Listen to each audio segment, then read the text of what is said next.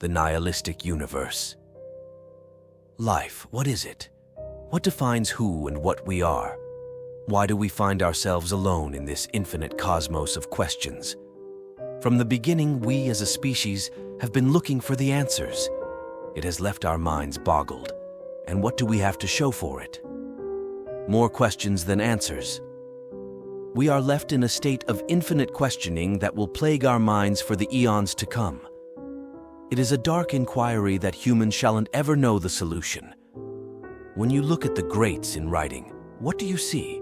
From Poe to Lovecraft to even modern-day novelists, you'll see they have one thing in common. Nihilism, to look deep inside and truly ponder about all the deep intricacies of life. Poe's most famous poem, The Raven, is an example of such. A man whose life went crashing down, so he's stuck in a depression, questioning life. Lovecraft also has such themes about how man tries to cope with the knowledge of the deeper universe. This does bring to question whether these writers are more in tune with the nature of the infinite, or if they have been brought to this dark, self-destructive path that forces them to contemplate all the wrongdoing of the cosmos. When you think about the universe in the lens of people like Poe and Lovecraft, though, you start to get a feel for what existentialism truly is. Man's way to cope with the knowledge that when you die, nothing will matter. It's this dark temptress that starts to drive you to things like drugs and booze.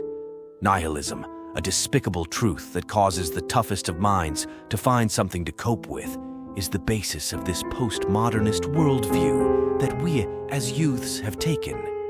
It's something that, given a couple of generations, might cause a societal collapse in the Western society. What is there to care about when you know no action will matter? It's no surprise that we have this view either. When you look at how Western societies have evolved, you see how this has happened. As we drift further away from things like a nuclear family and religion, we start to fall into this dark wave of existential nihilism. We question our role in the universe because we know nothing will change our end. Why bother with anything other than instant gratification if you're stuck in a one-way path to death? I think Albert Camus says it best.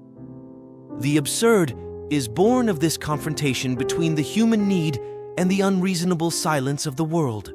This silence is quite literally deafening. Ironically, it's the loudest silence I, or anyone for that matter, has ever had the misfortune of hearing. I don't think the silence will grow quieter either. It's static, something meant to stay nearly identical for eons. We, as humans, won't be able to clear the hurdle. We are mortal and flawed. We can't even agree on things like societal change. We're too consumed by the media to think for ourselves. This brings me to my next point. How are we supposed to change when the news pushes their agenda on us? You may not think this has anything to do with nihilism, but bear with me. When you turn on CNN or Fox, what do you see? A completely unbiased viewpoint. Something heavily flawed. Maybe even pure brainwashing. What I see is something set up so we, the people, won't deviate from our path to destruction. Whether it's the wealthy elite or a big coincidence, we are being programmed by the media. They are pushing us to these extremes that force us to the extremes of nihilism. Why would any of us try when we're told our grandfathers and great-grandfathers were pushed to these extremes? We are explicitly conditioned to believe these flawed viewpoints that do nothing but drive us to damnation. We are preached about nihilism and how it will consume us, yet we're never told anything that might offset these beliefs. We're never told anything about absurdism or existentialism. We're corroded around like cattle, doomed to destroy ourselves. It's quite ironic, honestly. Given how far we've advanced as a species, we're still subjected to these beliefs that are meant to destroy us. Lovecraft's take on it might be one of the best, yet most miserable. The most merciful thing in the world, I think, is the inability of the human mind to correlate all its contents. It's better to live in blissful ignorance than to be assaulted by the ever-expanding complexities of life. But is it? Is it better to live in our nihilism than to live in this ignorance? No to both.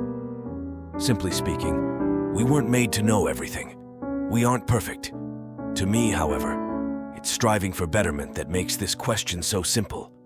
Why would we stay in ignorance when we can either believe in absurdism or existentialism? Why would we stay in the bubble of stupidity when we can dive in and either craft or fake our own meaning? Why would we stay in a lane of static rather than striving for transcendence? We are human, yet that intrinsically means nothing in terms of betterment.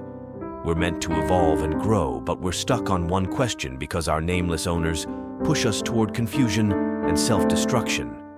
If life is meaningless like we believe, why do we waste our time with questions that won't matter upon death? Why don't we trudge on into the existential absurd and live without regrets?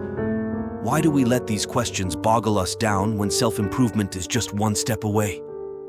Why don't we step into the infinite cosmos and let our meaningless problems drift away?